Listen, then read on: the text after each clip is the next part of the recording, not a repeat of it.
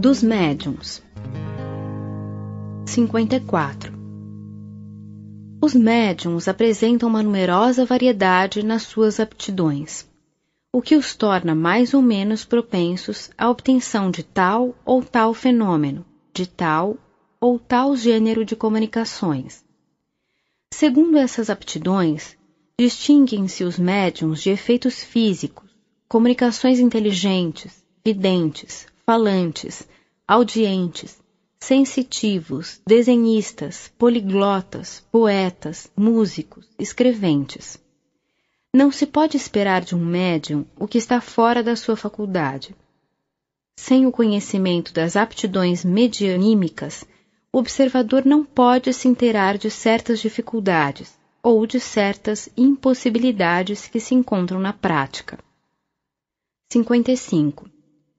Os médiuns de efeitos físicos são mais particularmente aptos a provocar fenômenos materiais, tais como os movimentos, pancadas, etc., com a ajuda de mesas ou outros objetos.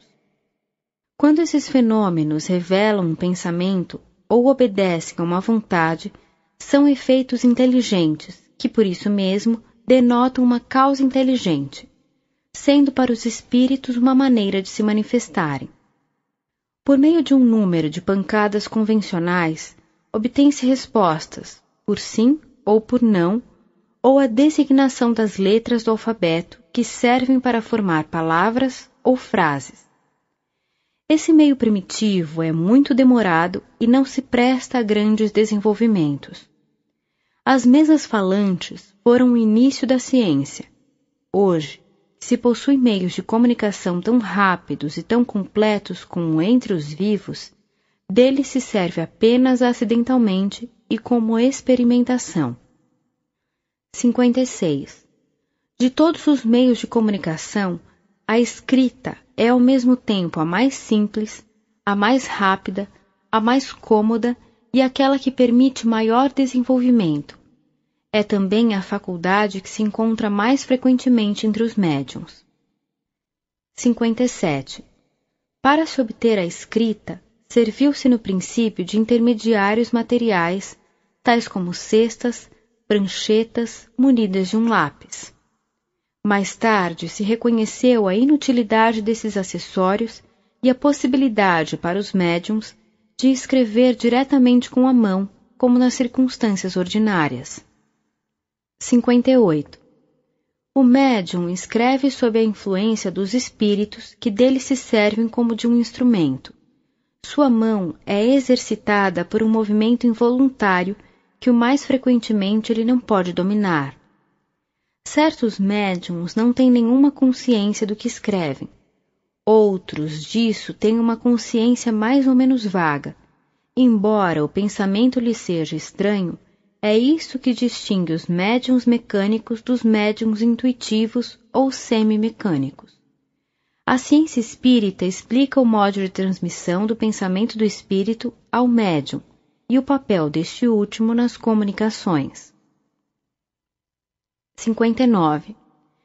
Os médiuns não possuem senão a faculdade de comunicar, mas a comunicação efetiva depende da vontade dos espíritos. Se os espíritos não querem se manifestar, o médium nada obtém, ficando como um instrumento sem músico. Os espíritos não se comunicam senão quando o querem ou o podem, e não estão ao capricho de ninguém. Nenhum médium tem o poder de os fazer virem quando deseje e contra a sua vontade. Isso explica a intermitência da faculdade nos melhores médiuns, e as interrupções que suportam por vezes durante vários meses. Seria, pois, erradamente que se assemelharia a mediunidade a um talento. O talento se adquire pelo trabalho, e aquele que o possui dele é sempre senhor. O médium não é jamais senhor da sua faculdade, uma vez que depende de uma vontade estranha. 60. Os médiuns de efeitos físicos que obtêm regularmente à sua vontade a produção de certos fenômenos, admitindo que isso não seja por malabarismo, estão servindo a espíritos de baixo estágio, que se comprazem com essas espécies de exibições, e que talvez fizeram esse trabalho quando vivos. Mas seria absurdo pensar que espíritos, embora pouco elevados, se divirtam exibindo-se. 61. A obscuridade necessária à produção de certos efeitos físicos presta-se sem dúvida à suspeição, mas não prova nada contra a realidade. Sabe-se que em química há combinações que não podem se operar sob a luz, e que composições e decomposições ocorrem sob a ação do fluido luminoso.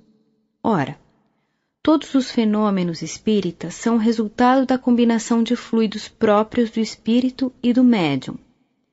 Esses fluidos, sendo da matéria, não há nada de surpreendente em que, em certos casos, o fluido luminoso seja contrário a essa combinação. 62. As comunicações inteligentes ocorrem igualmente pela ação fluídica do espírito sobre o médium.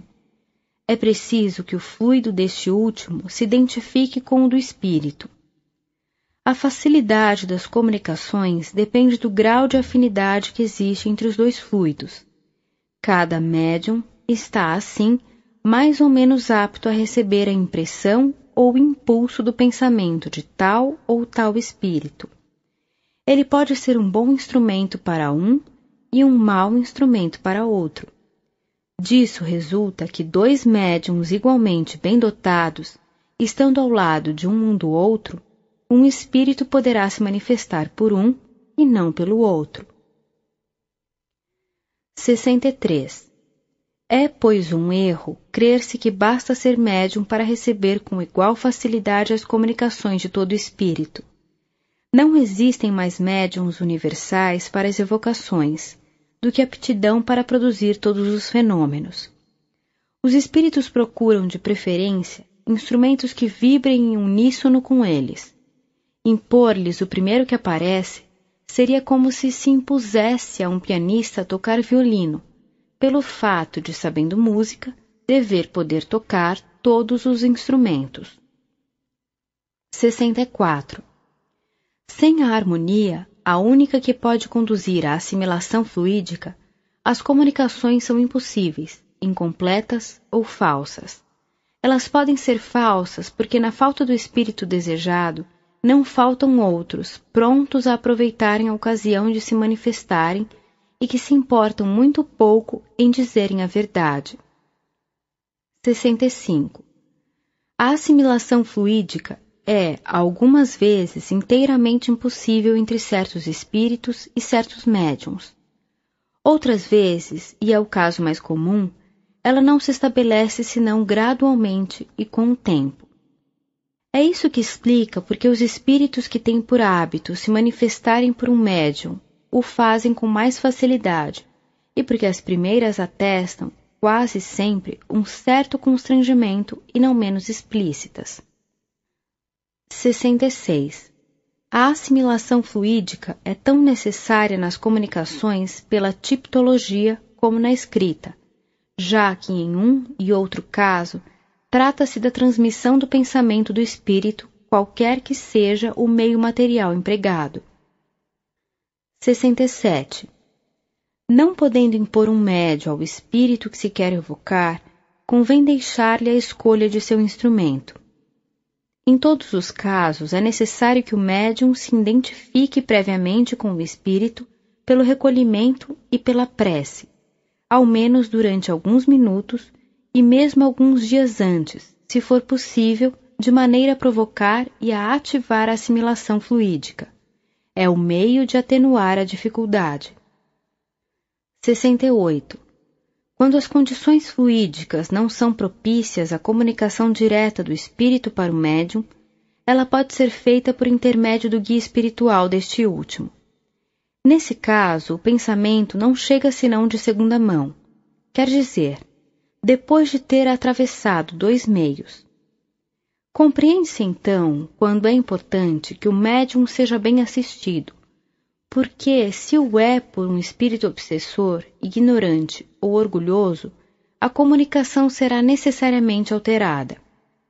Aqui, as qualidades pessoais do médium desempenham forçosamente um papel importante, pela natureza dos espíritos que atrai para si. Os médiuns mais indignos podem ter poderosas faculdades, mas os mais seguros são aqueles que a essa força aliam as melhores simpatias no mundo espiritual. Ora, essas simpatias não são de nenhum modo garantidas pelos nomes mais ou menos imponentes dos espíritos, ou que tomam os espíritos que assinam as comunicações, mas pela natureza constantemente boa das comunicações que deles recebem. 69. Qualquer que seja o modo de comunicação, a prática do espiritismo do ponto de vista experimental apresenta numerosas dificuldades e não está isenta de inconvenientes para qualquer um a quem falta a experiência necessária. Que se experimente por si mesmo ou que se seja simples observador, é essencial saber distinguir as diferentes naturezas de espíritos que podem se manifestar, de conhecer a causa de todos os fenômenos, as condições nas quais eles podem se produzir, os obstáculos que podem a eles se opor, a fim de não pedir o impossível. Não é menos necessário conhecer todas as condições e todos os escolhos da mediunidade, a influência do meio, as disposições morais, etc.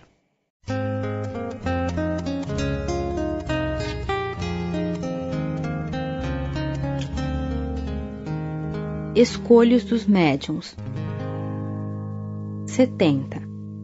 Um dos maiores escolhos da mediunidade é a obsessão, quer dizer, o domínio que certos espíritos podem exercer sobre os médiuns, impondo-se a eles sob nomes apócrifos e impedindo-os de se comunicarem com outros espíritos.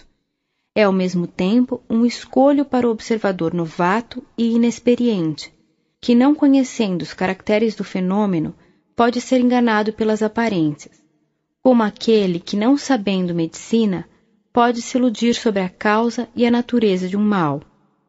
Se o estudo prévio nesse caso é útil para o observador, ele é indispensável para o médium no sentido que lhe fornece os meios de prevenir o inconveniente que poderia lhe ter consequências deploráveis.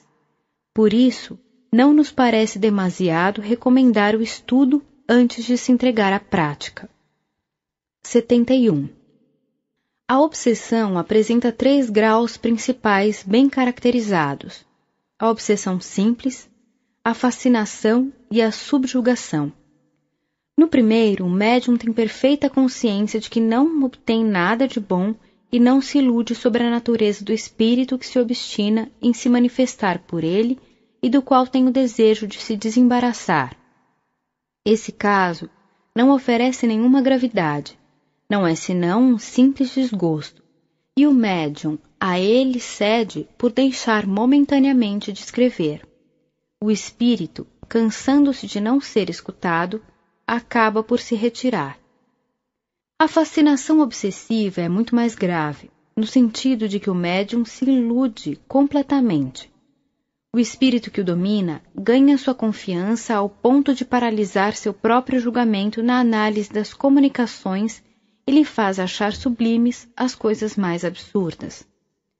O caráter distintivo desse gênero de obsessão é de provocar nos médiuns uma excessiva suscetibilidade, de levá-lo a não achar bom, justo e verdadeiro senão o que ele escreve, a repelir e mesmo tomar pelo lado mau todo conselho e toda observação crítica, a romper com seus amigos antes de convir que está enganado, a ter inveja de outros médiuns, cujas comunicações são julgadas melhores que as suas, a querer se impor nas reuniões espíritas, das quais se afasta quando não pode aí dominar.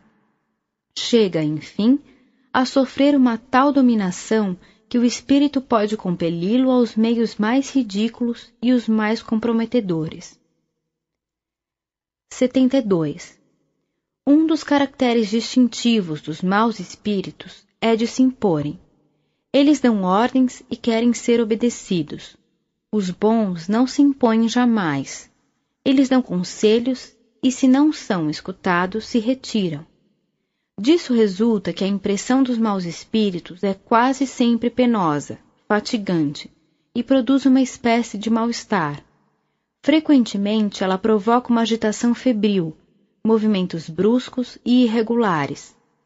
A impressão dos bons espíritos, ao contrário, é calma, doce e proporciona um verdadeiro bem-estar. 73.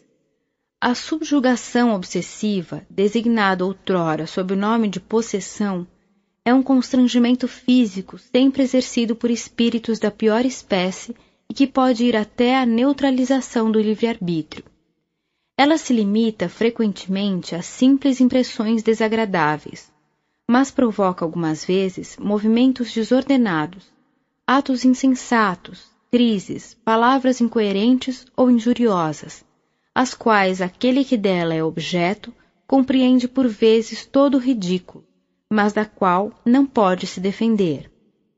Esse estado difere essencialmente da loucura patológica, com a qual se confunde erradamente, porque não há nenhuma lesão orgânica. A causa sendo diferente, os meios curativos devem ser outros.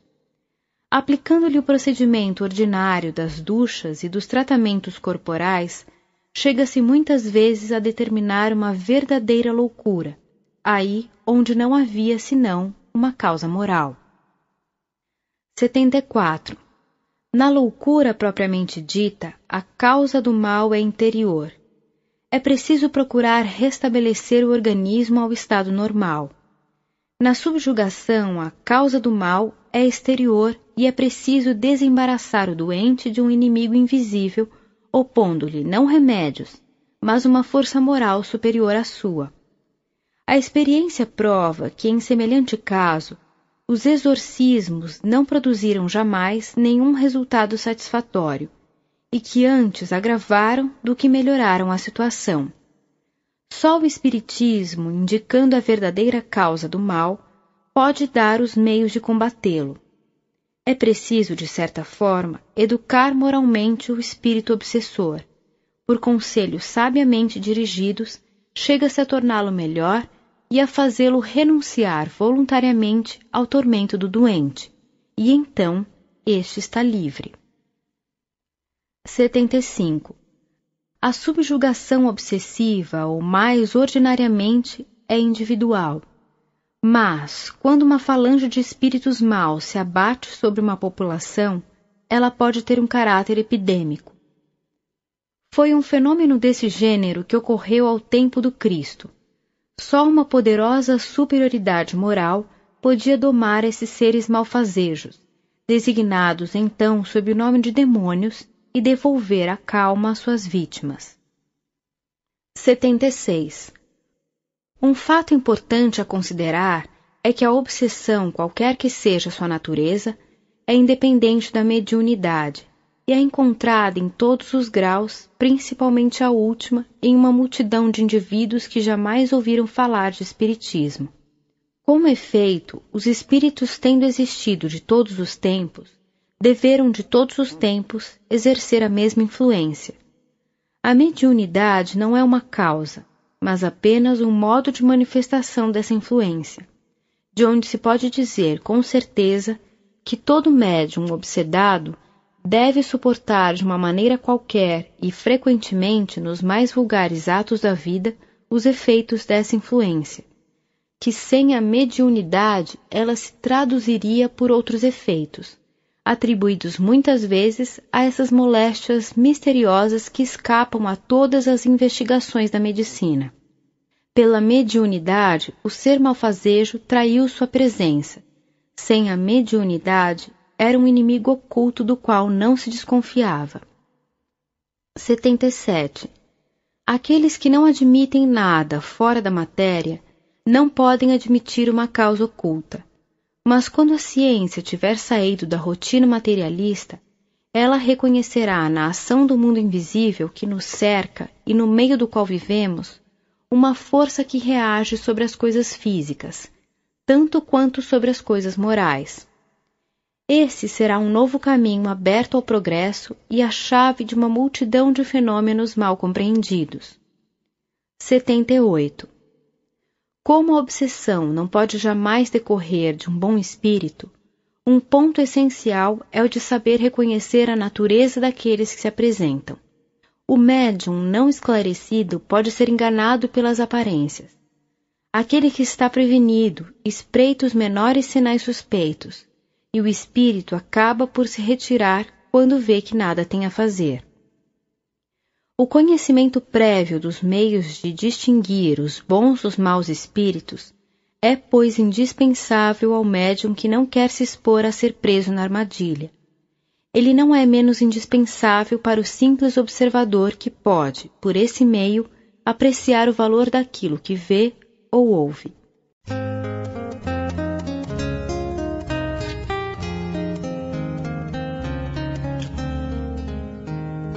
Qualidade dos médiuns. 79. A faculdade medianímica prende-se ao organismo.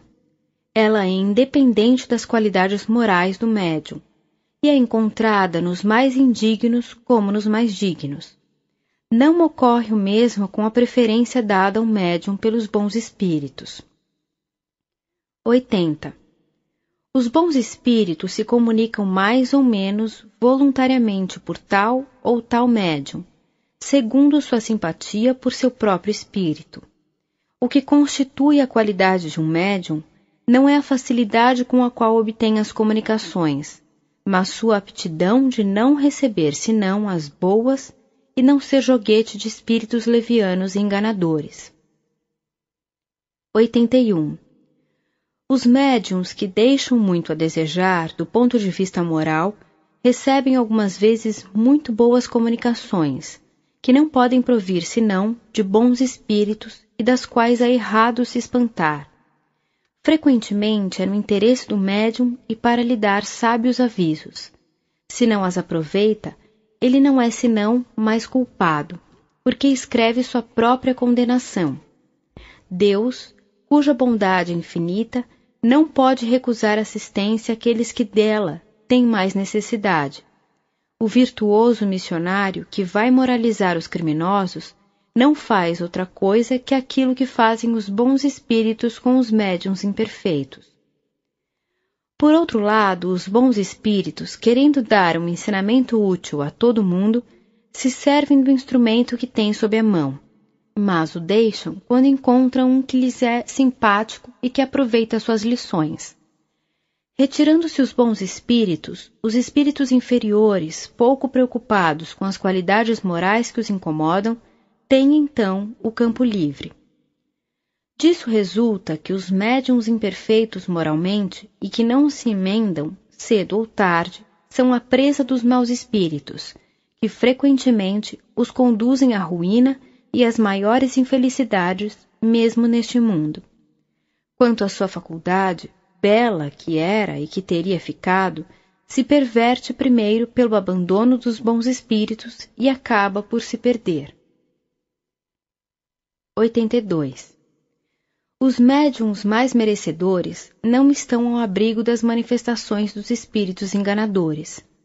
Primeiro, porque não há ninguém bastante perfeito para não ter um lado fraco pelo qual possa dar acesso aos maus espíritos. Em segundo lugar, os bons espíritos o permitem algumas vezes para exercitar o julgamento, aprender a discernir a verdade do erro e desconfiar, a fim de que não se aceite nada cegamente, sem controle. Mas a mentira não procede jamais de um bom espírito, e todo nome respeitável que assina um erro é necessariamente apócrifo. Isso pode ainda ser uma prova para a paciência e a perseverança de todo espírita, médium ou não. Aquele que se desencorajasse com algumas decepções provaria aos bons espíritos que não poderiam contar com ele. 83. Não é mais espantoso ver maus espíritos obsidiarem pessoas respeitáveis, do que não é surpreendente ver pessoas más se obstinarem sobre a terra contra os homens de bem. É notável que depois da publicação de O Livro dos Médiuns, os médiuns obsidiados são muito menos numerosos, porque estando prevenidos, eles se mantêm em guarda e espreitam os menores sinais que podem trair a presença de um espírito enganador. A maioria daqueles que são obsidiados ou não estudaram previamente ou não aproveitaram os conselhos. 84. O que constitui o médium propriamente dito é a faculdade. A esse respeito, ele pode ser mais ou menos formado, mais ou menos desenvolvido. O que constitui um médium seguro, aquele que se pode verdadeiramente qualificar de bom médium, é a aplicação da faculdade, a aptidão de servir de intérprete aos bons espíritos. Toda a faculdade à parte, o poder do médium para atrair os bons espíritos e repelir os maus, está em razão da sua superioridade moral. Essa superioridade é proporcional à soma das qualidades que faz o homem de bem. Com ela, ele se concilia na simpatia dos bons e exerce ascendência sobre os maus. 85. Pela mesma razão, a soma das imperfeições morais do médium o aproximam da natureza dos maus espíritos, lhe tira a influência necessária para os distanciar. Em lugar de ser ele quem se impõe àqueles, são aqueles que se impõem a ele. Isto se aplica não só aos médiuns, mas a todas as pessoas, uma vez que não há nenhuma que não receba a influência dos espíritos. 86. Para se imporem ao médium, os maus espíritos sabem explorar habilmente todos os defeitos morais. Aquele que lhes dá maior acesso é o orgulho, sentimento que domina no maior número de médiuns obsediados, sobretudo naqueles que são fascinados. É o orgulho que os leva a acreditarem na sua infalibilidade e a repelir os avisos. Esse sentimento, infelizmente, é excitado pelos elogios do qual são objeto. Quando eles têm uma faculdade um pouco transcendental, são procurados, adulados e, acabando por crer em sua importância, consideram-se indispensáveis, sendo isso o que os perde. 87. Enquanto o médium imperfeito se orgulha dos nomes ilustres, o mais frequentemente apócrifos, que levam as comunicações que ele recebe e se considera intérprete privilegiado das forças celestes, o bom médium não se crê jamais bastante digno de tal favor, tendo sempre uma salutar desconfiança da qualidade daquilo que recebe, não se confiando ao seu próprio julgamento. Não sendo senão um instrumento passivo, ele compreende que, se é bom, não pode disso fazer um mérito pessoal, não mais do que pode ser responsável se é mau, e que seria ridículo acreditar na identidade absoluta dos espíritos que se manifestam por ele. Deixa a questão ser julgada por terceiros desinteressados, sem que seu amor próprio tenha mais a sofrer com um julgamento desfavorável do que o ator que não é passível da censura infligida à peça da qual é intérprete. Seu caráter distintivo é a simplicidade e a modéstia. É feliz com a faculdade que possui, não para dela se envaidecer, mas porque lhe oferece um meio de ser útil, o que faz voluntariamente quando lhe surge a ocasião, sem jamais melindrar-se se não é colocado em primeiro plano. Os médiuns são os intermediários e os intérpretes dos espíritos. Cabe, pois, ao evocador e mesmo ao simples observador poder apreciar o mérito do instrumento. 88. A faculdade medianímica é um dom de Deus, com todas as outras faculdades que se pode empregar para o bem como para o mal e da qual se pode abusar. Ela tem por objeto nos colocar em comunicação direta com as almas daqueles que viveram, a fim de receber seus ensinamentos e nos iniciar na vida futura. Como a vista nos põe em comunicação com o mundo visível, a mediunidade nos coloca em comunicação com o mundo invisível. Aquele que dela se serve com um fim útil, para seu próprio adiantamento e dos seus semelhantes, cumpre uma verdadeira missão, da qual terá recompensa. Aquele que dela abusa e a emprega em coisas fúteis ou no objetivo do interesse material, a desvia do seu fim providencial, suportando disso, cedo ou tarde, as consequências como aquele que faz um mau uso de uma faculdade qualquer.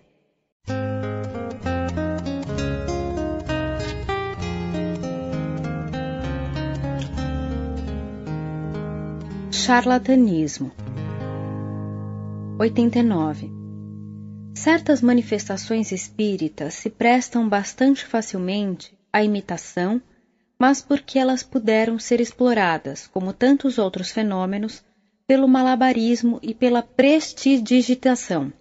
Seria absurdo disso concluir que elas não existem.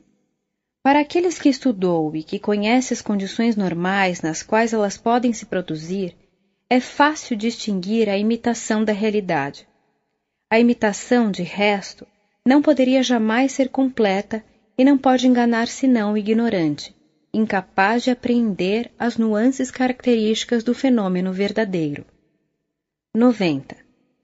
As manifestações mais fáceis de serem imitadas são certos efeitos físicos e efeitos inteligentes vulgares, tais como os movimentos, as pancadas, os transportes, a escrita direta, as respostas banais, etc.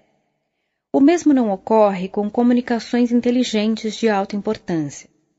Para imitar as primeiras, não é preciso senão a habilidade.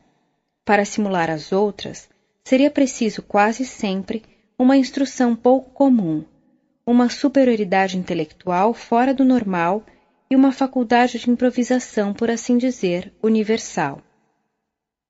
91. Aqueles que não conhecem o espiritismo são levados a suspeitarem da boa-fé dos médiuns. O estudo e a experiência lhes dão os meios de se assegurarem da realidade dos fatos. Fora disso, a melhor garantia que podem encontrar está no desinteresse absoluto e honorabilidade do médium. Há pessoas que, pela sua posição e seu caráter, escapam a toda suspeição. Se a atração do ganho pode exercitar a fraude, o bom senso diz que não há nada a ganhar, o charlatanismo nada tem a fazer. 92. Entre os adeptos do espiritismo encontram-se os entusiastas e os exaltados, como em todas as coisas. Esses são, em geral, os piores propagadores, porque se duvida da sua facilidade em tudo aceitar sem um exame aprofundado.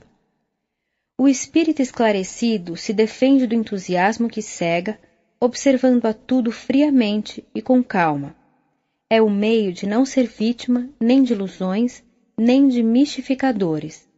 À parte toda a questão de boa-fé, o observador novato deve, antes de tudo, inteirar-se da gravidade do caráter daqueles a quem se dirige.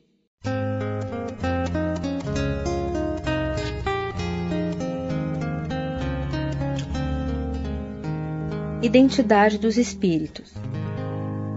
93. Uma vez que se encontram entre os espíritos todos os defeitos da humanidade, aí se encontram também a astúcia e a mentira. Há os que não têm nenhum escrúpulo em se ornamentarem com nomes os mais respeitáveis para inspirarem mais confiança. É preciso, pois, abster-se de crer de uma maneira absoluta na autenticidade de todas as assinaturas. 94. A identidade é uma das grandes dificuldades do espiritismo prático. Frequentemente, ela é impossível de se constatar, sobretudo quando se trata de espíritos superiores, antigos em relação a nós. Entre aqueles que se manifestam, muitos não têm nome para nós, e para fixar nossas ideias, eles podem tomar o de um espírito conhecido pertencente à mesma categoria, de tal sorte que se um espírito se comunica com o nome de São Pedro, por exemplo, nada prova que ele seja precisamente o apóstolo desse nome. Pode ser ele, como pode ser um espírito da mesma ordem, enviado por ele. A questão da identidade, nesse caso, é por todos os títulos secundária, e haveria puerilidade a isso ligar importância. O que importa é a natureza do ensinamento, se é bom ou mau, digno ou indigno do personagem do qual leva o nome. Este o aprovaria ou o condenaria? Aí está toda a questão. 95.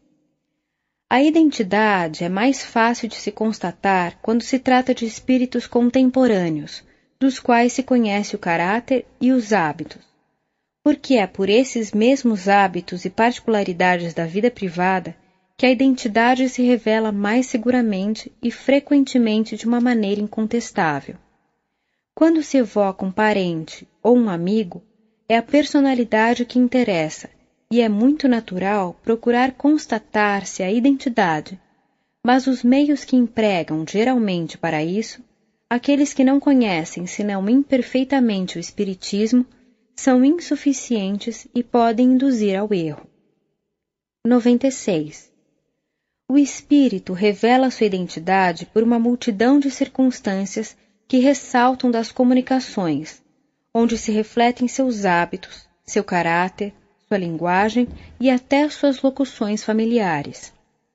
Ela se revela ainda pelos detalhes íntimos, nos quais ele entra espontaneamente com as pessoas às quais se afeiçoa, e que são os melhores. Mas é muito raro que ele satisfaça as questões diretas que lhe são dirigidas a esse respeito, sobretudo se elas são feitas por pessoas que lhe são indiferentes, com o objetivo de curiosidade e de prova. O espírito prova sua identidade como quer, ou como pode, segundo o gênero de faculdade do seu intérprete, e frequentemente essas provas são superabundantes. O errado é querer que ele as dê à maneira do evocador. É quando ele se recusa a se submeter às suas exigências.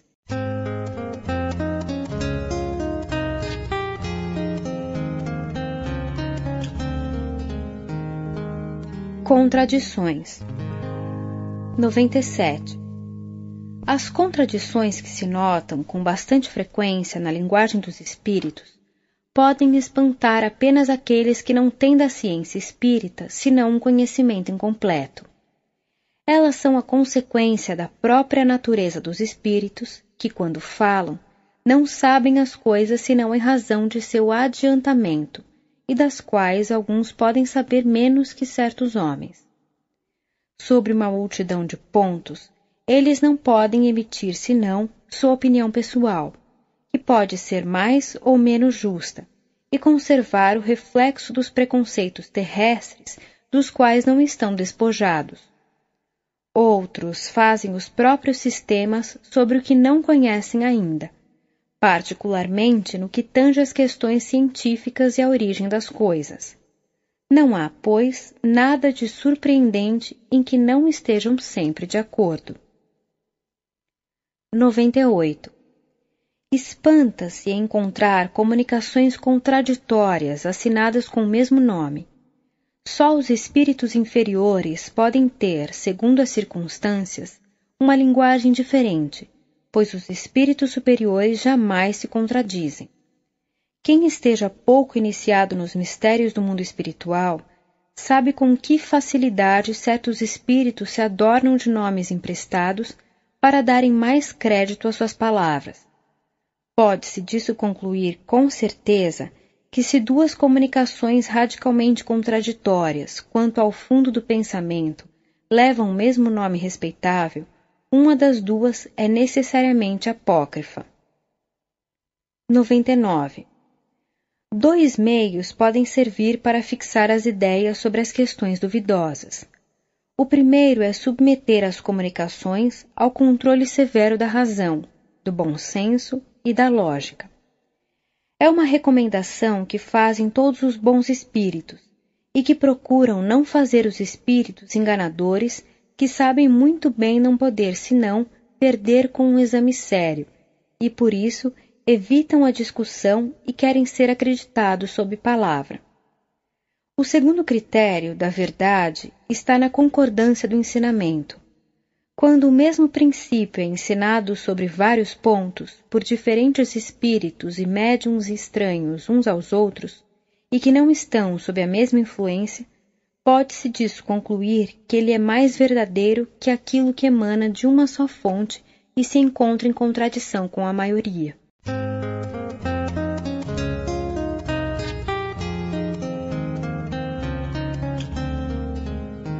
Consequências do Espiritismo.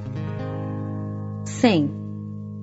Em face da incerteza das revelações feitas pelos espíritos, pergunta-se: para para que pode servir o estudo do Espiritismo? Ele serve para provar materialmente a existência do mundo espiritual. O mundo espiritual, estando formado pelas almas daqueles que viveram, disso resulta a prova da existência da alma e da sua sobrevivência ao corpo. As almas que se manifestam revelam suas alegrias e seus sofrimentos segundo a maneira que empregaram a vida terrestre. Disso resulta a prova das penas e das recompensas futuras.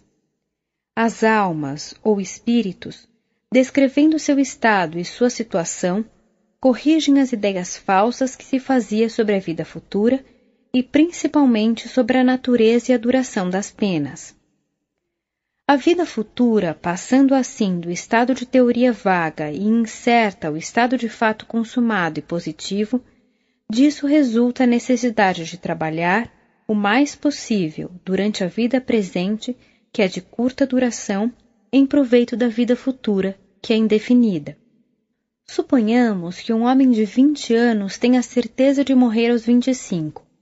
Que fará durante esses 5 anos? Trabalhará para o futuro? Seguramente não.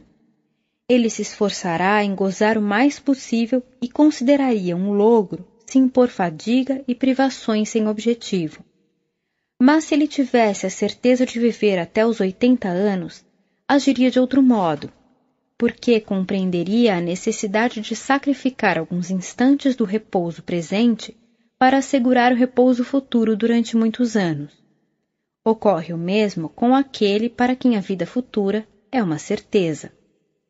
A dúvida com relação à vida futura conduz naturalmente a tudo sacrificar aos gozos do presente. Daí a importância excessiva atribuída aos bens materiais. A importância atribuída aos bens materiais excita a cobiça, a inveja, o ciúme daquele que tem pouco contra aquele que tem muito. Da cobiça ao desejo de se obter a todo custo o que possui seu vizinho, há apenas um passo. Daí os ódios, as disputas, os processos, as guerras e todos os males engendrados pelo egoísmo. Com a dúvida sobre o futuro, o homem, oprimido nesta vida pelos desgostos e pelo infortúnio, não vê senão na morte o fim dos seus sofrimentos. Nada mais esperando, ele acha racional abreviá-los pelo suicídio. Sem esperança no futuro, é muito natural que o homem se afete, se desespere diante das decepções que experimenta. As agitações violentas que delas recebe produzem em seu cérebro um abalo, causa da maioria dos casos de loucura. Sem a vida futura, a vida presente é para o homem a coisa capital, o único objeto de suas preocupações, e a ela tudo relaciona. Por isso, quer a qualquer preço gozar, não somente dos bens materiais, mas de honrarias.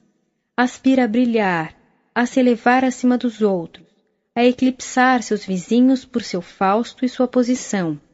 Daí a ambição desenfreada e a importância que dá aos títulos e a todas as futilidades da vaidade, pelas quais ele sacrificaria até sua própria honra, porque não vê nada além. A certeza da vida futura e suas consequências muda totalmente a ordem das ideias e faz ver as coisas sob nova luz.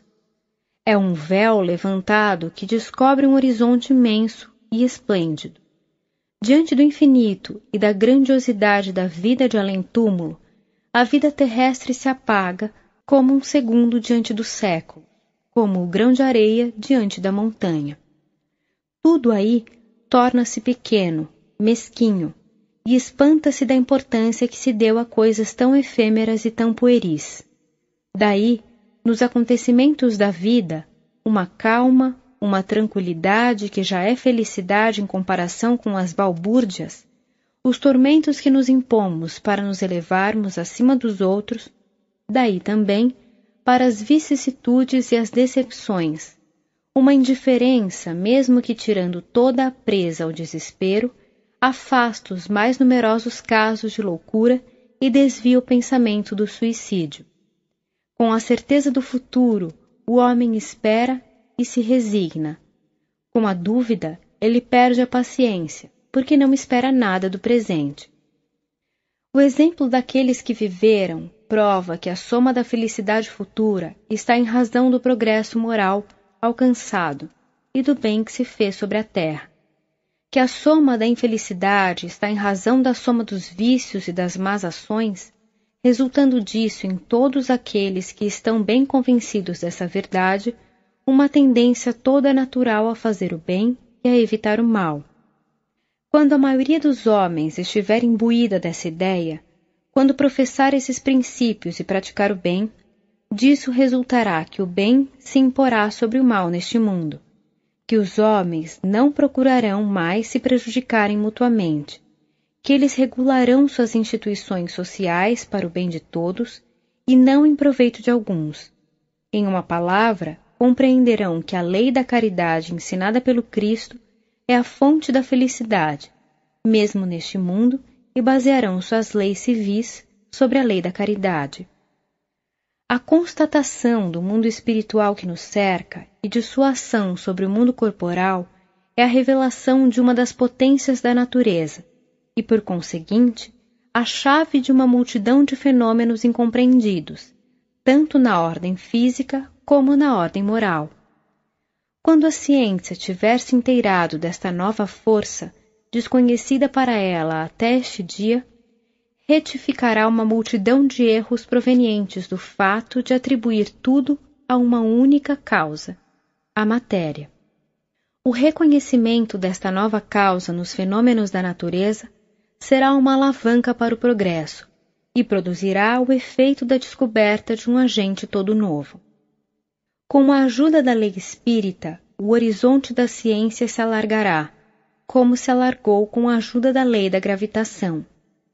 Quando os sábios, do alto de sua cátedra, proclamarem a existência do mundo espiritual e sua ação nos fenômenos da vida, infiltrarão na juventude o contrapeso das ideias materialistas, ao invés de predispô-la à negação do futuro.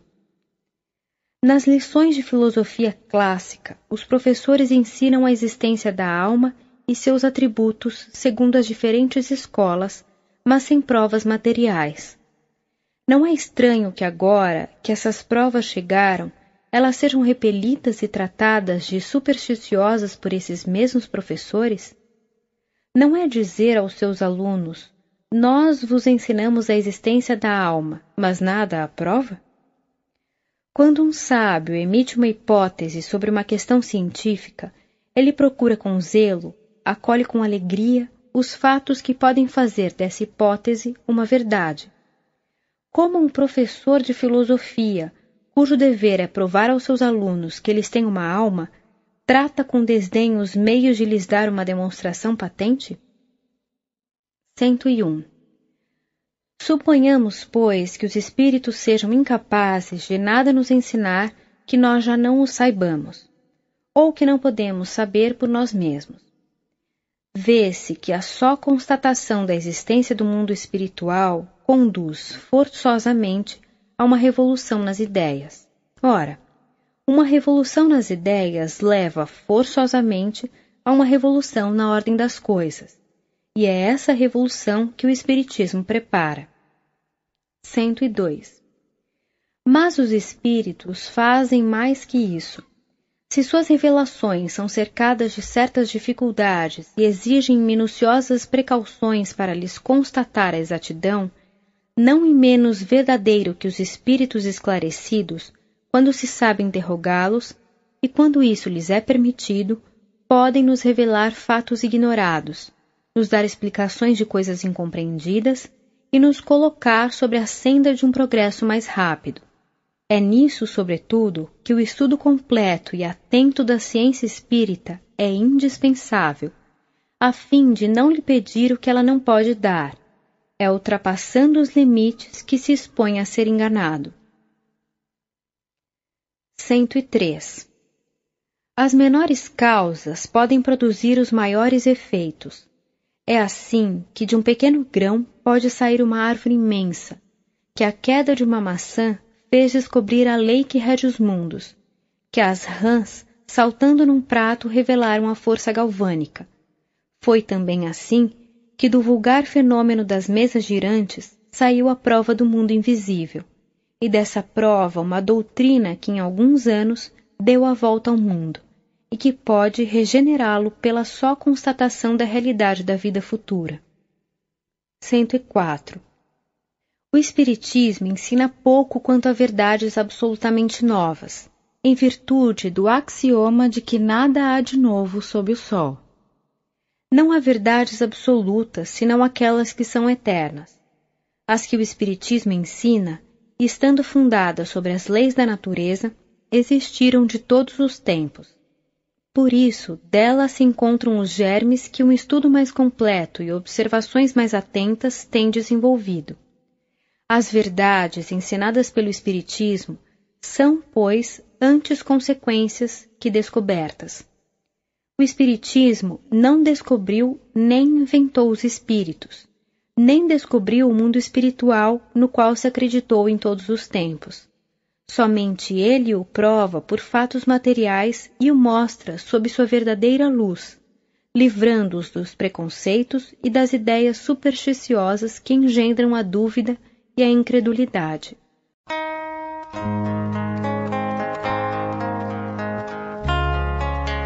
Capítulo 3. Solução de alguns problemas pela doutrina espírita. Pluralidade dos mundos. 105. Os diferentes mundos que circulam no espaço são povoados de habitantes como a Terra? Todos os espíritos o afirmam, e a razão diz que deve ser assim. A Terra, não ocupando no universo nenhuma classe especial, nem pela sua posição, nem pelo seu volume, nada poderia justificar o privilégio exclusivo de ser habitada. Por outro lado, Deus não pode ter criado esses bilhões de globos só para o prazer dos nossos olhos, tanto menos que o maior número escapa à nossa vista. 106. Se os mundos são povoados, podem sê-lo de habitantes em tudo semelhantes aos da Terra? Em uma palavra, esses habitantes poderiam viver entre nós e nós entre eles?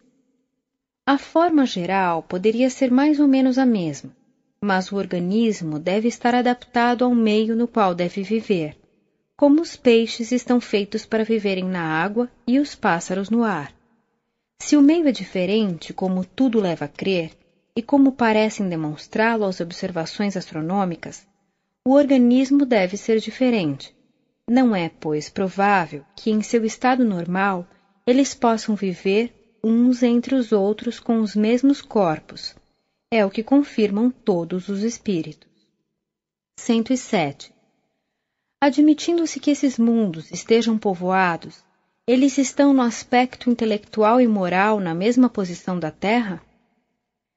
Segundo o ensinamento dos espíritos, os mundos estão em graus de adiantamento muito diferentes. Alguns estão nas mesmas condições que a Terra, outros estão mais atrasados. Os homens aí estão mais embrutecidos, mais materiais e mais inclinados ao mal. Há, ao contrário, os que são mais avançados moral, intelectual e fisicamente, onde o mal moral é desconhecido, onde as artes e as ciências alcançam um grau de perfeição que não podemos compreender, onde a organização física menos material não está sujeita nem aos sofrimentos, nem às doenças, nem às enfermidades. Os homens aí vivem em paz, sem procurar se prejudicarem, isentos de desgostos, de inquietações, aflições e necessidades que os assediam sobre a terra.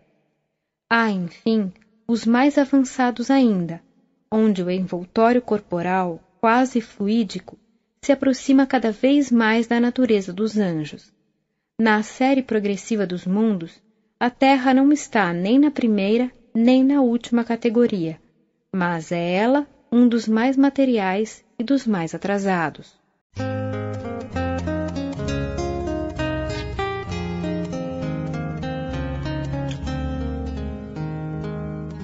Da alma.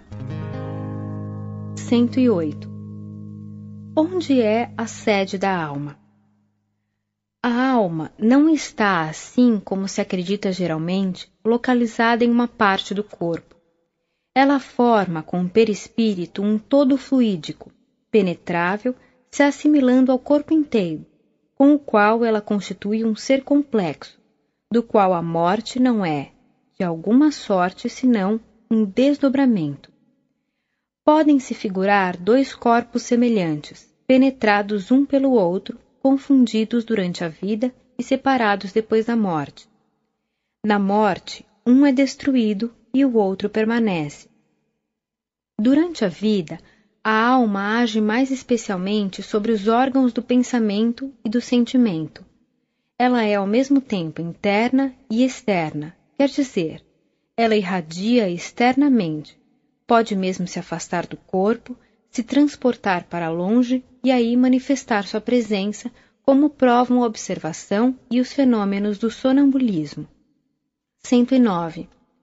A alma é criada ao mesmo tempo que o corpo ou anteriormente a ele?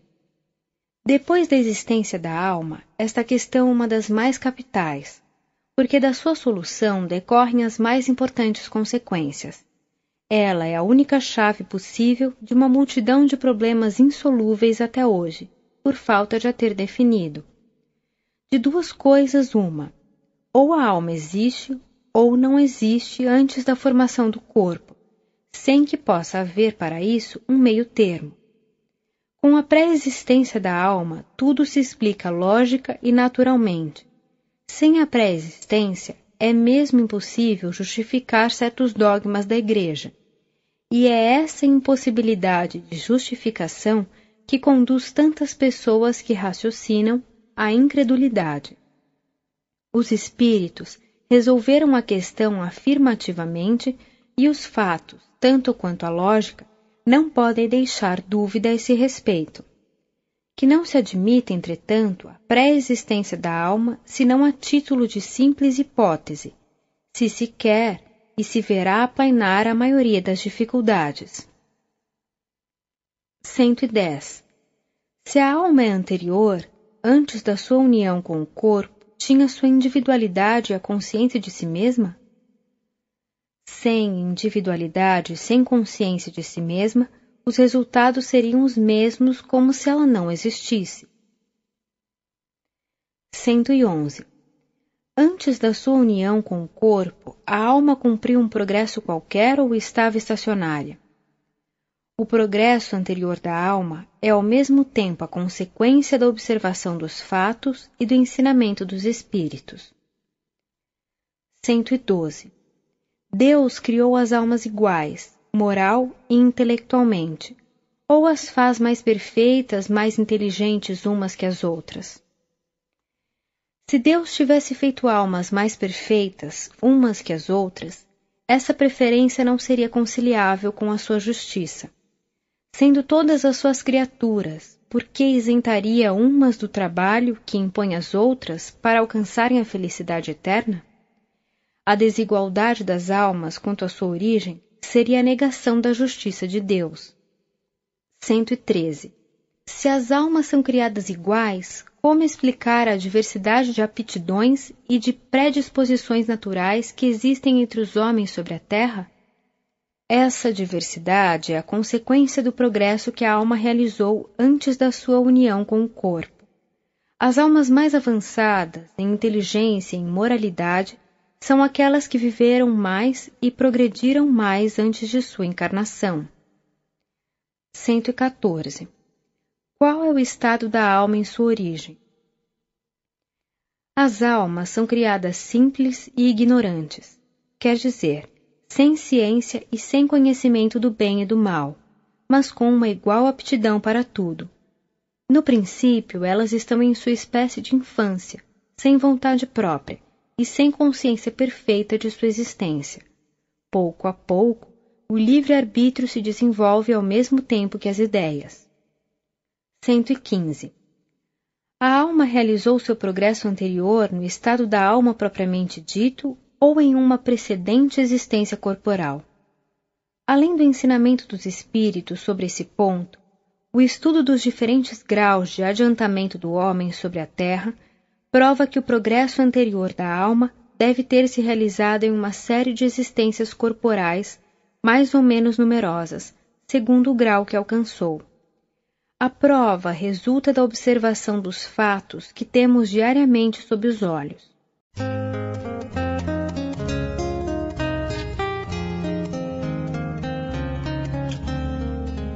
O homem durante a vida terrestre. 116. Como e em que momento se opera a união da alma e do corpo? Desde a concepção, o espírito, ainda que errante, liga-se por um laço fluídico ao corpo que deve se unir.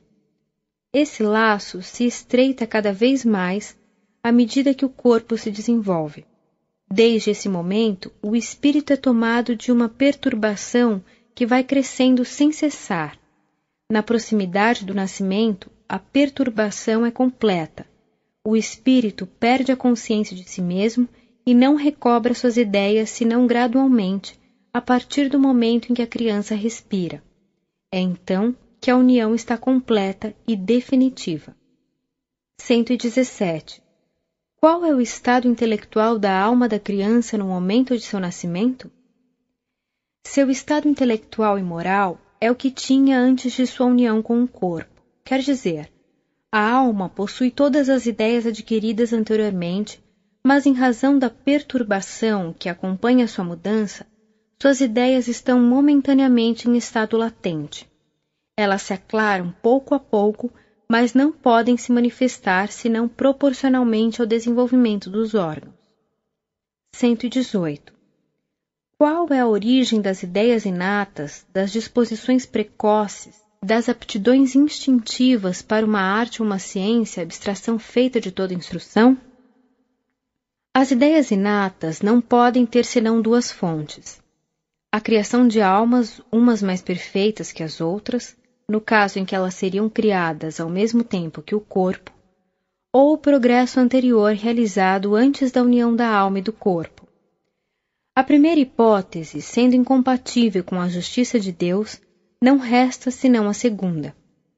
As ideias inatas são o resultado dos conhecimentos adquiridos nas existências anteriores e que permaneceram em estado de intuição para servirem de base à aquisição de novas ideias. 119. Como os gênios se revelam nas classes sociais privadas de toda a cultura intelectual? Esse fato prova que as ideias inatas são independentes do meio em que o homem é educado. O meio e a educação desenvolvem as ideias inatas, mas não as dão. O homem de gênio é a encarnação de um espírito já avançado e que progrediu muito. Por isso, a educação pode dar a instrução que falta, mas não pode dar o gênio quando ele não existe. 120. Por que há crianças instintivamente boas em um meio perverso e malgrado os maus exemplos, enquanto que outras são instintivamente viciosas em um meio bom e malgrado os bons conselhos? É o resultado do progresso moral realizado, como as ideias inatas são o resultado do progresso intelectual. 121. Por que de duas crianças do mesmo pai, educadas nas mesmas condições, uma inteligente e a outra estúpida, uma boa e outra má? Por que o filho de um homem de gênio é algumas vezes um tolo e o de um tolo um homem de gênio? Esse fato vem em apoio da origem das ideias inatas. Ele prova, por outro lado, que a alma da criança não procede de nenhum modo da dos pais. De outra forma, em virtude do axioma de que a parte é da mesma natureza do todo, os pais transmitiram aos seus filhos suas qualidades e seus defeitos, como lhes transmitem o princípio das qualidades corporais. Na geração, só o corpo procede do corpo, mas as almas são independentes umas das outras. 122. Se as almas são independentes umas das outras, de onde procede o amor dos pais por seus filhos e reciprocamente? Os espíritos se unem pela simpatia, e o nascimento em tal ou tal família não decorre do acaso, mas depende mais frequentemente da escolha do espírito que se reúne àqueles que amou no mundo dos espíritos ou em existências anteriores. Por outro lado, os pais têm por missão ajudar o progresso dos espíritos que encarnam em seus filhos, e para estimulá-los, Deus lhes inspira uma afeição mútua, mas muitos falham em sua missão e por isso são punidos. 123. Por que há maus pais e maus filhos? São espíritos que não estão unidos a uma família por simpatia, mas para se provarem mutuamente e frequentemente por punição do que foram em uma existência precedente. A um é dado um mau filho, porque ele mesmo, talvez, foi um mau filho. A outro, um mau pai, porque terá sido mau pai, a fim de que suportem a pena de talião. 124. Por que se encontram em certas pessoas nascidas em uma condição servil instintos de dignidade e de grandeza, enquanto que outras nascidas nas classes superiores têm instintos inferiores? É uma lembrança intuitiva da posição social que ocuparam e do caráter que tinham na existência precedente. 125. Qual é a causa das simpatias e das antipatias entre pessoas que se veem pela primeira vez? São pessoas, o mais frequentemente, que se conheceram e alguma vez se amaram, numa existência precedente, e que, se reencontrando, são atraídas uma para a outra. As antipatias instintivas provêm também frequentemente de relações anteriores. Esses dois sentimentos podem ainda ter uma outra causa. O perispírito irradia ao redor do corpo uma espécie de atmosfera impregnada das qualidades boas ou más do espírito encarnado. Duas pessoas que se encontram pelo contato dos fluidos experimentam a impressão da sensitiva. Essa impressão é agradável ou desagradável, e os fluidos tendem a se confundirem ou a se repelirem, segundo sua natureza semelhante ou dessemelhante. É assim que se pode explicar o fenômeno da transmissão do pensamento. Pelo contato dos fluidos, duas almas se compreendem de alguma maneira, uma à outra. Elas se adivinham e se compreendem sem se falarem. 126. Qual é a origem do sentimento chamado de consciência? É uma lembrança intuitiva do progresso realizado nas precedentes existências e de resoluções tomadas pelo espírito antes da encarnação, resoluções que ele não tem sempre força de tomar como homem. 127. O homem tem seu livre-arbítrio ou está submetido à fatalidade? Se a conduta do homem estivesse submetida à fatalidade, ele não teria nem responsabilidade do mal, nem mérito do bem. Desde então, toda punição seria injusta e toda recompensa sem sentido. O livre-arbítrio do homem é uma consequência da justiça de Deus. É o atributo que lhe dá a sua dignidade e o eleva acima de todas as outras criaturas. Isto é tão verdadeiro que a estima dos homens uns pelos outros está em razão do livre-arbítrio. Aquele que o perde acidentalmente por doença, loucura, embriaguez ou idiotia é lamentado ou desprezado. O materialismo, que faz depender do organismo todas as faculdades morais e intelectuais, reduz o homem ao estado de máquina, sem livre-arbítrio, por consequência sem responsabilidade do mal e sem o mérito do bem que ele faz. 128. Deus criou o mal? Deus não criou o mal, mas estabeleceu leis, e essas leis são sempre boas, porque ele é soberanamente bom.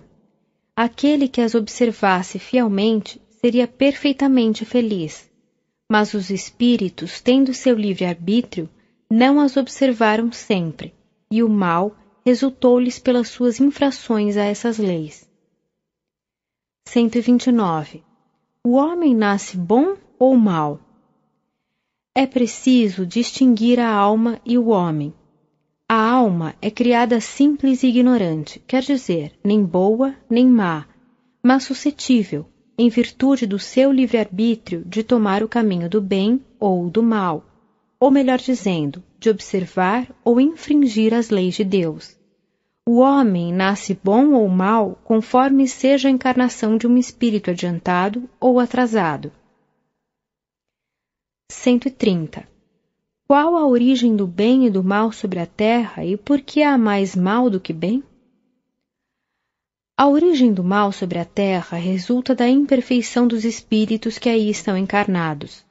A predominância do mal decorre de que, sendo a terra um mundo inferior, a maioria dos espíritos que habitam são, eles mesmos, inferiores ou progrediram pouco.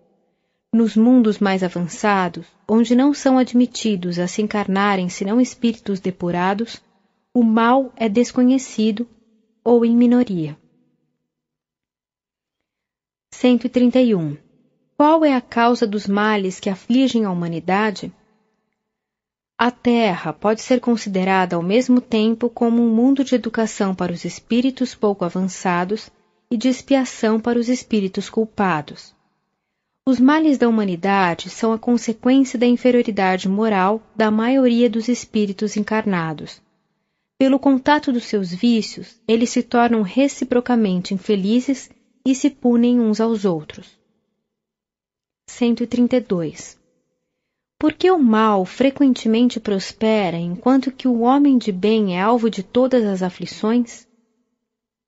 Para aquele que não vê senão a vida presente e que a crê única, isso deve parecer uma soberana injustiça.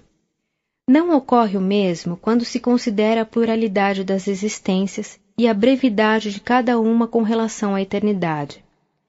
O estudo do Espiritismo prova que a prosperidade do mal tem terríveis consequências nas existências seguintes, que as aflições do homem de bem são, ao contrário, seguidas de uma felicidade tanto maior e durável quanto ele a suportou com mais resignação. É para ele como um dia infeliz em toda uma existência de prosperidade. 133. Por que uns nascem na indigência e outros na opulência? Por que há pessoas que nascem cegas, surdas, mudas ou atacadas de enfermidades incuráveis, enquanto que outras têm todas as vantagens físicas? É isso efeito do acaso ou da providência? Se é efeito do acaso, não é da providência. Se é efeito da providência, pergunta-se, onde está sua bondade e sua justiça?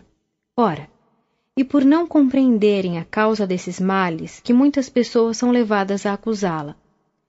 Compreende-se que aquele que se torna miserável ou enfermo por suas imprudências ou seus excessos seja punido pelo que pecou. Mas se a alma é criada ao mesmo tempo que o corpo, que fez ela para merecer semelhantes aflições, desde o seu nascimento ou para delas estar isenta? Se se admite a justiça de Deus, deve-se admitir que esse efeito tem uma causa. Se essa causa não está nesta vida, deve ser de antes dela, porque, em todas as coisas, a causa deve preceder o efeito. Por isso, é preciso, pois, que a alma tenha vivido e que tenha merecido uma expiação. Os estudos espíritas nos mostram, com efeito, que mais de um homem que nasceu na miséria foi rico e considerado em uma existência anterior, mas fez mau uso da fortuna que Deus lhe deu para gerir. Que mais de um indivíduo que nasceu na vileza foi orgulhoso e poderoso. Nolo mostram, às vezes, submetido às ordens daquele mesmo ao qual comandou com dureza, sob os maus tratos e a humilhação que fez os outros suportarem. Uma vida penosa não é sempre uma expiação. Frequentemente é uma prova escolhida pelo espírito, que vê um meio de se adiantar mais rapidamente se a suporta com coragem. A riqueza é também uma prova, porém, mais perigosa que a da miséria, pelas tentações que dá e os abusos que provoca. O exemplo daqueles que a viveram também prova que é uma daquelas que frequentemente saem menos vitoriosos. A diferença de posições sociais seria a maior das injustiças, quando não resulta da conduta atual se ela não devesse ter uma compensação.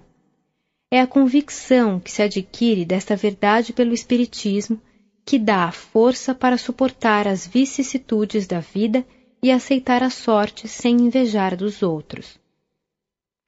134. Por que há idiotas e cretinos? A posição dos idiotas e dos cretinos seria a menos conciliável com a justiça de Deus na hipótese da unicidade da existência. Por miserável que seja a condição na qual um homem nasceu, ele pode dela sair pela inteligência e pelo trabalho. Mas o idiota e o cretino são votados, desde o nascimento até a morte, ao embrutecimento e ao desprezo. Não há para eles nenhuma compensação possível. Por que, pois, sua alma teria sido criada idiota? Os estudos espíritas feitos sobre os cretinos e os idiotas provam que sua alma é tão inteligente quanto a dos outros homens, que essa enfermidade é uma expiação infligida aos espíritos por terem abusado da sua inteligência, e que sofrem cruelmente em se sentirem aprisionados nos laços que não podem quebrar, e no desprezo do qual se veem objeto, quando talvez tenham sido insensados na sua existência precedente. 135. Qual é o estado da alma durante o sono? Durante o sono, só o corpo repousa, mas o espírito não dorme. As observações práticas provam que nesse instante o espírito goza de toda a sua liberdade e da plenitude das suas faculdades. Ele aproveita o repouso do corpo e os momentos em que sua presença nele não é necessária para agir livremente e ir aonde quer. Durante a vida, a qualquer distância que se transporte, o espírito está sempre ligado ao corpo por um laço fluídico, que serve para chamá-lo desde que sua presença seja necessária.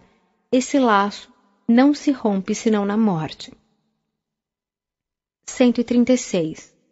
Qual é a causa dos sonhos? Os sonhos são o resultado da liberdade do espírito durante o sono. Algumas vezes é a lembrança de lugares e de pessoas que o espírito viu ou visitou nesse estado. 137. De onde vêm os pressentimentos?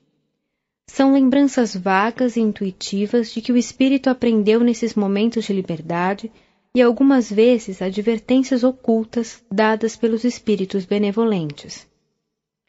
138. Por que há sobre a terra selvagens e homens civilizados? Sem a pré-existência da alma, esta questão é insolúvel, a menos que se admita que Deus criou almas selvagens e almas civilizadas, o que seria a negação da sua justiça.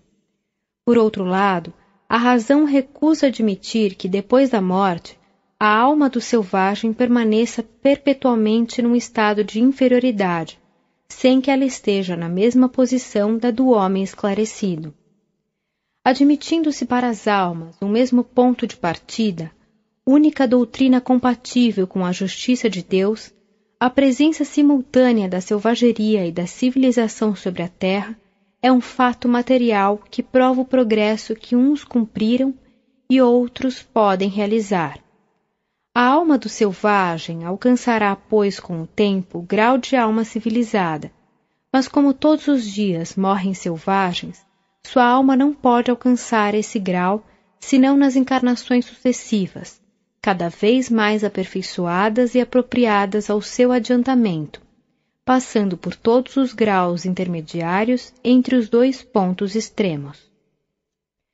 139. Não se poderia admitir, segundo a ideia de algumas pessoas, que a alma não se encarna senão uma vez e que ela cumpre seu progresso no estado de espírito ou em outras esferas? Essa proposição seria admissível se não houvesse sobre a terra senão homens do mesmo grau moral e intelectual, caso em que se poderia dizer que a terra está afetada a um grau determinado. Ora, tem-se diante de si a prova contrária.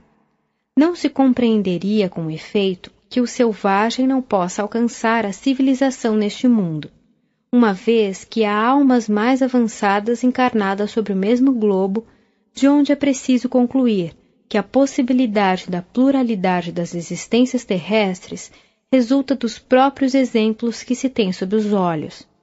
Se fora de outro modo, seria preciso explicar, primeiro, porque só a Terra teria o monopólio das encarnações. Segundo, Porque, tendo esse monopólio, aí se encontram almas encarnadas em todos os graus? 140.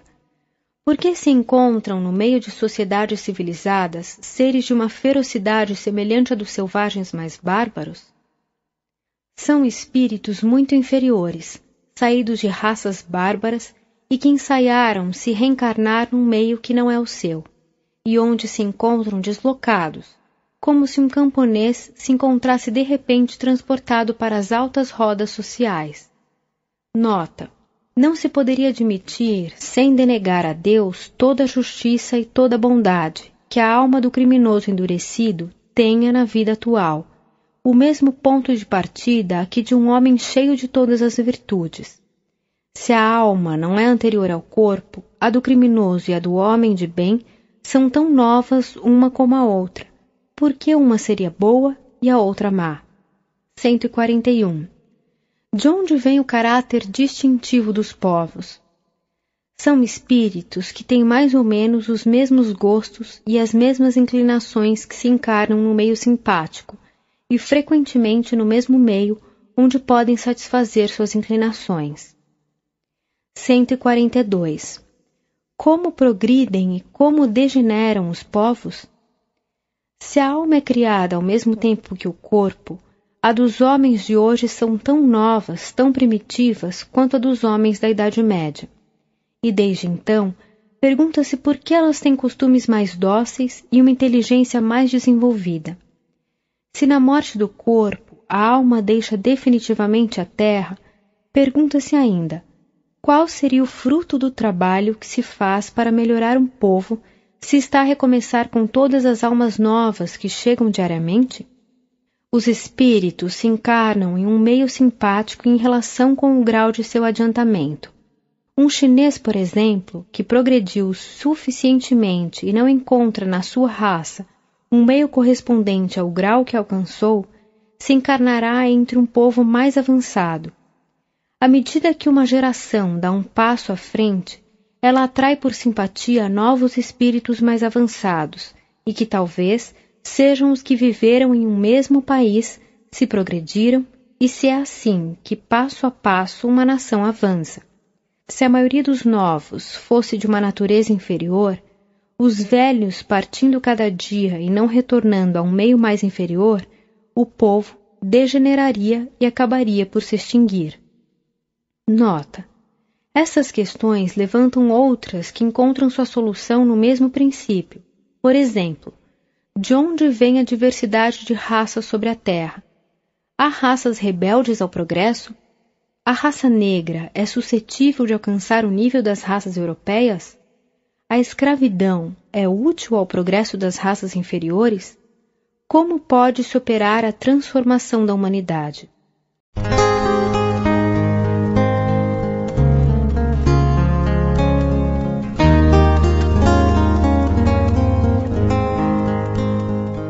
Aos anjos guardiões e aos espíritos protetores. Todos temos um bom espírito que se ligou a nós desde o nosso nascimento e nos tomou sob sua proteção. Cumpre junto de nós a missão de um pai junto ao filho, a de nos conduzir no caminho do bem e do progresso através das provas da vida. Ele é feliz quando correspondemos à sua solicitude. Sofre quando nos vê sucumbir.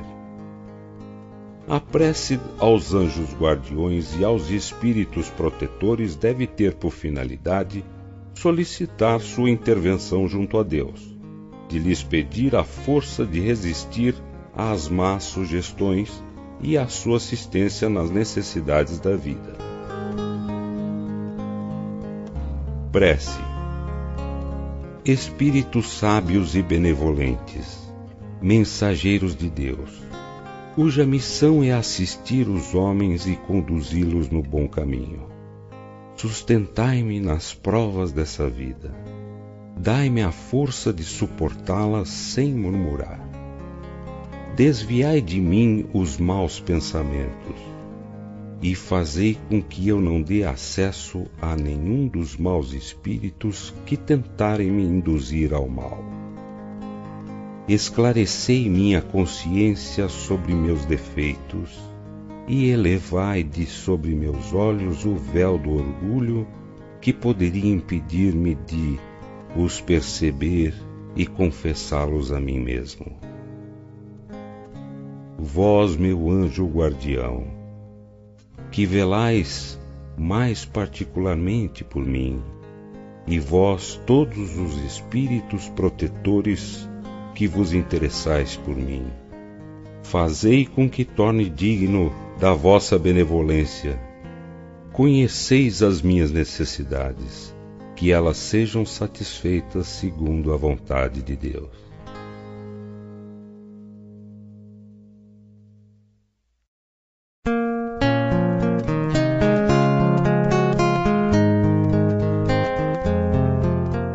Para afastar os maus espíritos.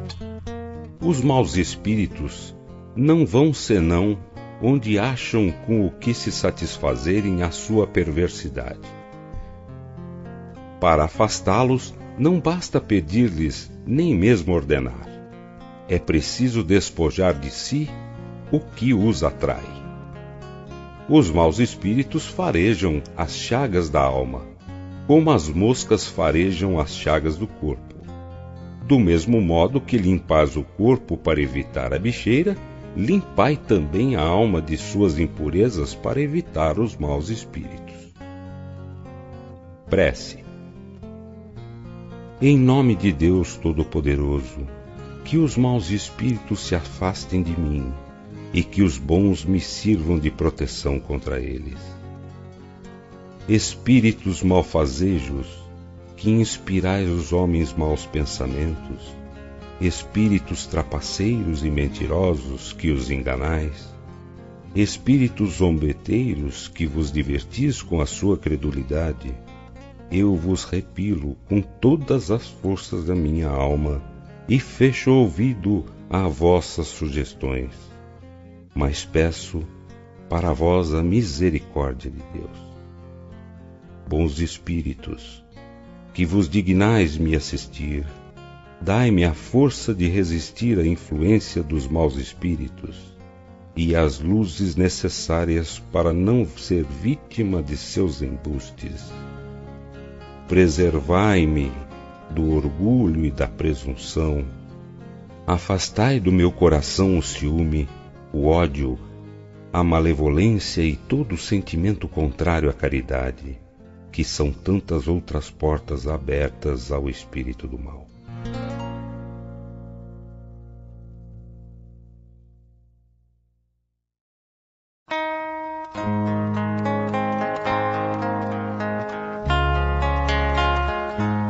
Nas aflições da vida. Podemos pedir a Deus favores terrestres e Ele pode nos conceder quando tem uma finalidade útil e séria. Deus, que vê melhor do que nós e não quer senão o nosso bem, pode, pois, nos recusar, como um pai recusa a seu filho o que poderia prejudicá-lo. Prece.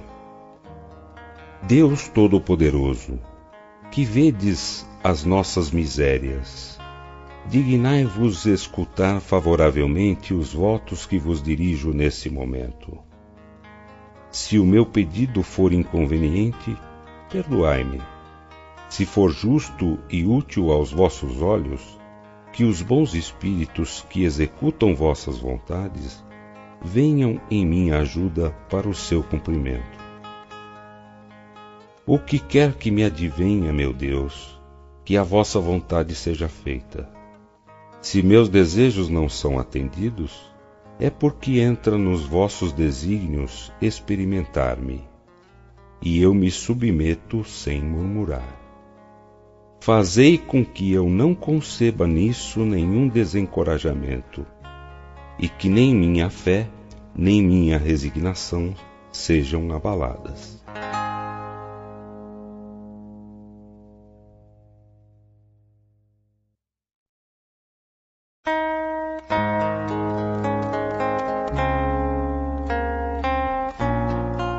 Ação de graças por um favor obtido. Não é preciso considerar apenas como acontecimentos felizes as coisas de grande importância. As menores em aparência são frequentemente as que influem mais sobre nosso destino. Cada noite, elevando nossa alma a Deus, devemos lembrar-nos dos favores que Ele nos concedeu durante o dia e agradecer. Prece. Deus infinitamente bom, que o vosso nome seja bendito pelos benefícios que me concedestes. Deles seria indigno se os atribuísse ao acaso dos acontecimentos ou ao meu próprio mérito. Bons Espíritos, que fostes executores das vontades de Deus, e vós, sobretudo, meu anjo guardião, eu vos agradeço. Desviai de mim o pensamento de nele conceber o orgulho, e deles fazer um uso que não fosse para o bem. Eu vos agradeço notadamente por...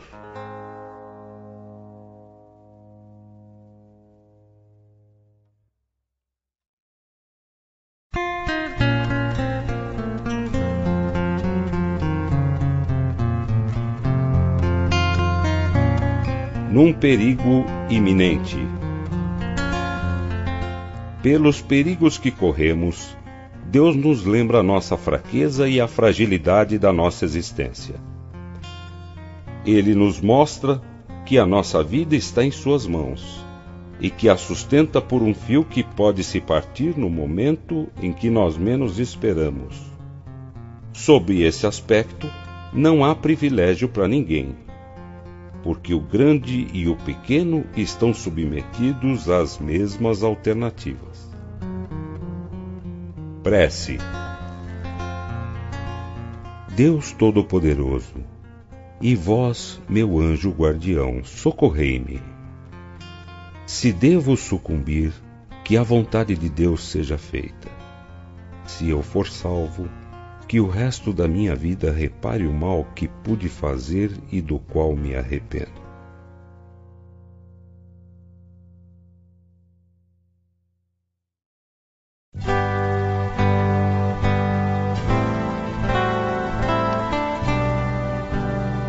No momento de dormir. O sono é o repouso do corpo, mas o espírito não tem necessidade de repouso. Enquanto os sentidos estão entorpecidos, a alma se liberta em parte da matéria e goza das suas faculdades de espírito. O sono foi dado ao homem para a reparação das forças orgânicas e para a reparação das forças morais. Prece. Minha alma vai se encontrar por um instante com os outros espíritos. E aqueles que são bons, venham me ajudar com os seus conselhos. Meu anjo guardião, fazei com que, ao despertar, eu conserve deles uma impressão durável e salutar.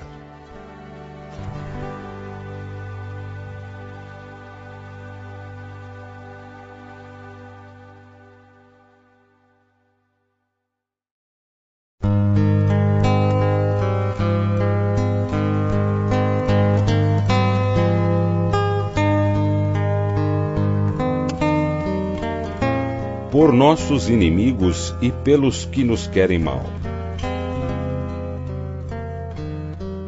Jesus disse: amai mesmo os vossos inimigos. Ele nos disse com essas palavras para esquecer suas ofensas. Perdoar o mal que nos fazem, pagar o mal com o bem. Além do mérito que isso resulta aos olhos de Deus, mostra aos olhos dos homens a verdadeira superioridade. Prece. Meu Deus, perdoo o mal que me fez e o que quis me fazer, como desejo que me perdoeis. E que Ele também me perdoe as injustiças que eu possa ter cometido. Se o colocaste no meu caminho como uma prova, que seja feita a vossa vontade. Desviai de mim, meu Deus, a ideia de maldizê-lo e todo desejo malévolo contra ele. Fazei com que eu não experimente nenhuma alegria com as infelicidades que poderiam lhe chegar, nem nenhuma inquietação com os bens que poderiam lhe ser concedidos, a fim de não enlamear minha alma com pensamentos indignos de um cristão.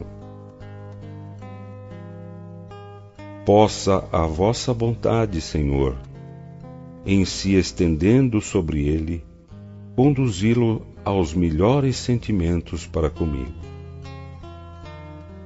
Bons espíritos, inspirai-me o esquecimento do mal e a lembrança do bem.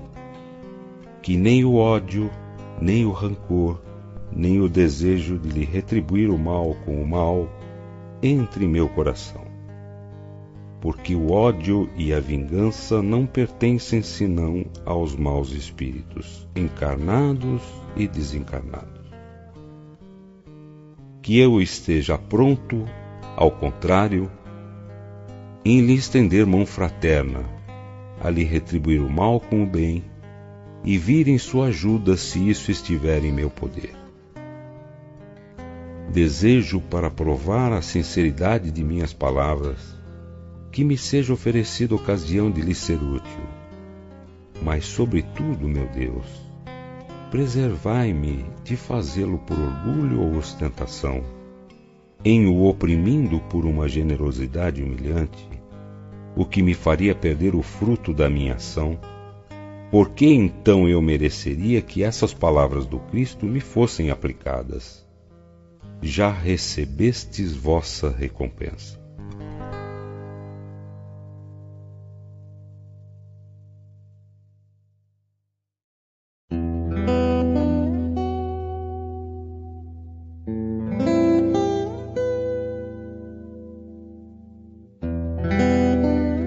Por uma criança que acaba de nascer.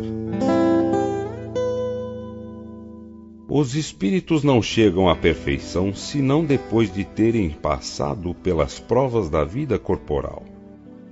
Os que são errantes esperam que Deus lhe permita retomar uma existência que deve fornecer-lhes um meio de adiantamento, seja pela expiação de suas faltas passadas, por meio das vicissitudes às quais são submetidos, ou seja, pelo cumprimento de uma missão útil à humanidade. Prece.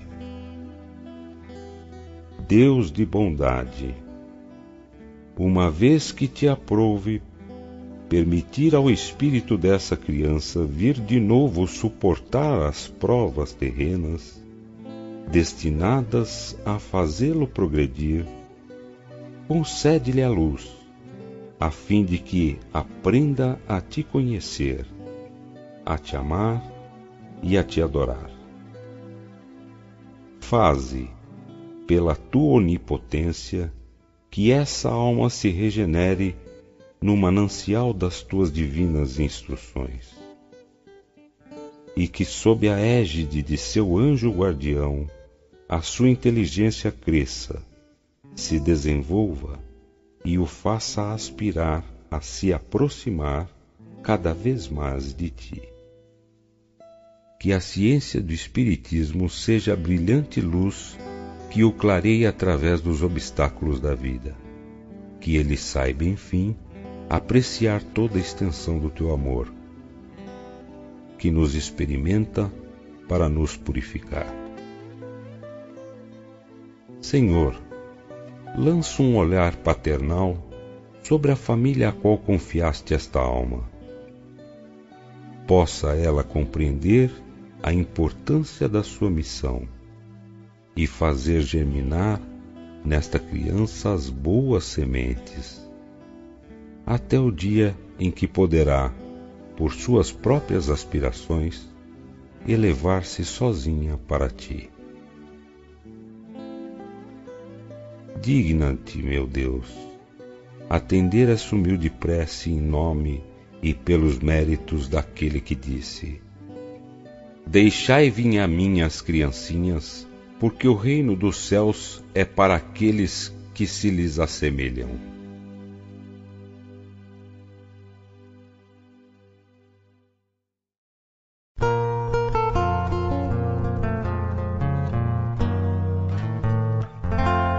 Por um agonizante. A agonia é prelúdio da separação da alma e do corpo. Pode-se dizer que, nesse momento, o homem não tem mais que um pé neste mundo e que já tem um no outro mundo. Essa passagem é algumas vezes penosa para aqueles que se prendem à matéria e viveram mais para os bens desse mundo do que para os do outro, ou cuja consciência está agitada pelos desgostos e pelos remorsos. Prece. Deus poderoso e misericordioso, eis uma alma que deixa o seu envoltório terrestre para retornar ao mundo dos espíritos, a sua verdadeira pátria. Possa nele entrar em paz e a vossa misericórdia se estender sobre ela. Bons espíritos, que acompanhastes na terra, não a abandoneis nesse momento supremo. Dai-lhe a força de suportar os últimos sofrimentos que deve experimentar neste mundo, para o seu adiantamento futuro. Inspirai-a para que ela consagre ao arrependimento das suas faltas os últimos clarões de inteligência que lhe restam, ou que possam momentaneamente lhe retornar. Dirigi meu pensamento a fim de que a sua ação torne menos penoso o trabalho da separação, e que ela leve consigo, no momento de deixar a terra, as consolações da esperança.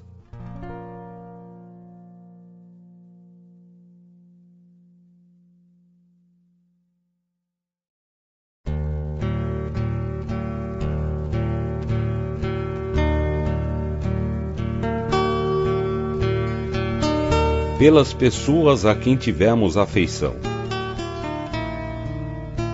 Como é horrível a ideia do nada!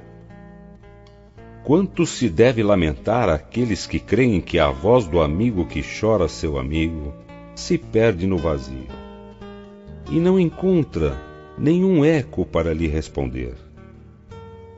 Jamais conheceram as puras e santas afeições aqueles que pensam que tudo morre com o corpo. Como um homem de coração pode permanecer frio a esse pensamento? Eis que o Espiritismo vem dissipar toda a incerteza sobre o futuro, pelas provas materiais que dá da sobrevivência da alma e da existência dos seres de além-túmulo.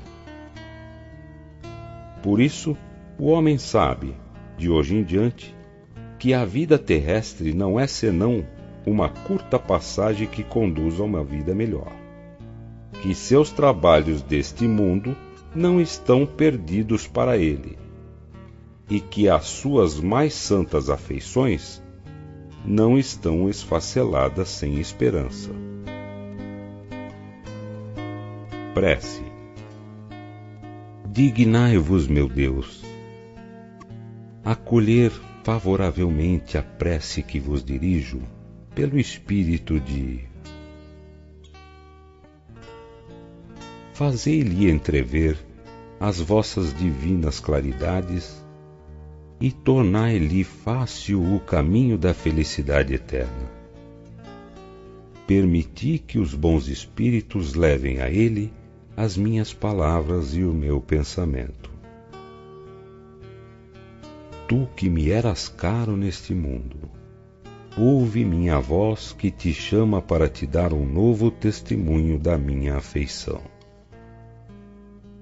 Deus permitiu que fosses libertado primeiro, e eu não poderia me lamentar com isso sem egoísmo, porque seria estar aflito por não ter mais para ti as penas e os sofrimentos da vida. Espero, pois, com resignação, o momento da nossa união no mundo mais feliz, no qual me precedestes. Eu sei que a nossa separação não é senão momentânea, e que, tão longa que me possa parecer, a sua duração se apaga diante da eternidade da felicidade que Deus promete aos seus eleitos. Que a sua bondade me preserve de nada fazer que possa retardar esse instante desejado, e que me poupe assim a dor de não te reencontrar ao sair do meu cativeiro terreno. Oh, como é doce e consoladora a certeza de que não há entre nós senão um véu material que te oculta a minha visão. Que tu possas estar aqui ao meu lado, me ver e me ouvir como antigamente, e melhor ainda do que antigamente. Que não me ouvideis mais, e que eu mesmo não te ouvide. Que os nossos pensamentos não cessem de se confundir, e que o teu me siga e me sustente sempre. E a paz do Senhor esteja contigo.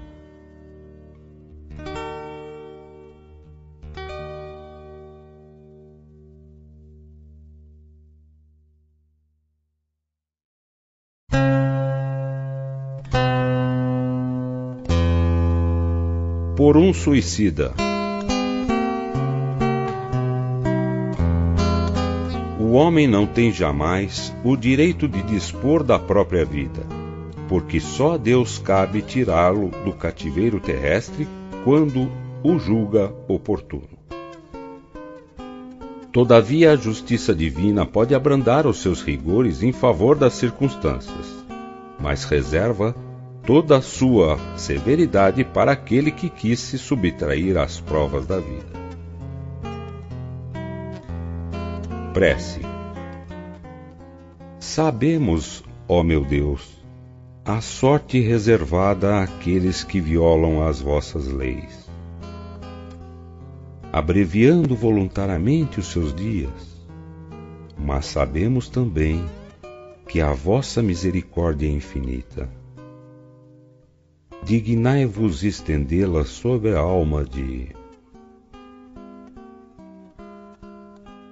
Possam as nossas preces e a vossa comiseração abrandar a amargura dos sofrimentos que ele experimenta por não ter tido a coragem de esperar o fim das suas provas.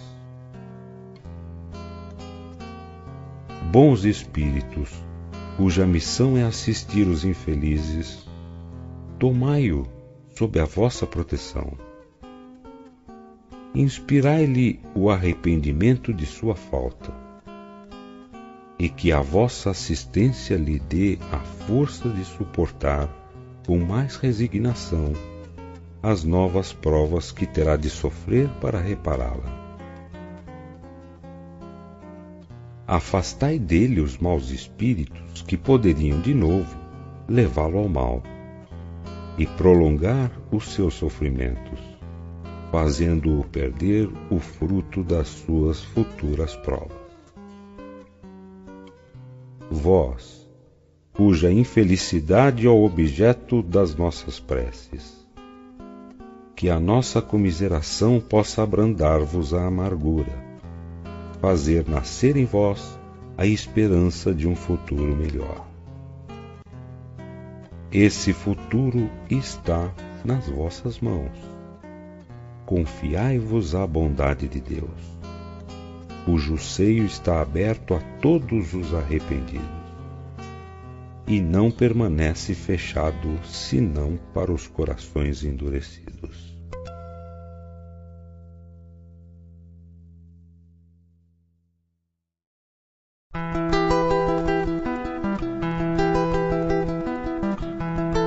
Pelos doentes. As doenças fazem parte das provas e das vicissitudes da vida terrestre. Elas são inerentes à imperfeição da nossa natureza material e à inferioridade do mundo que habitamos.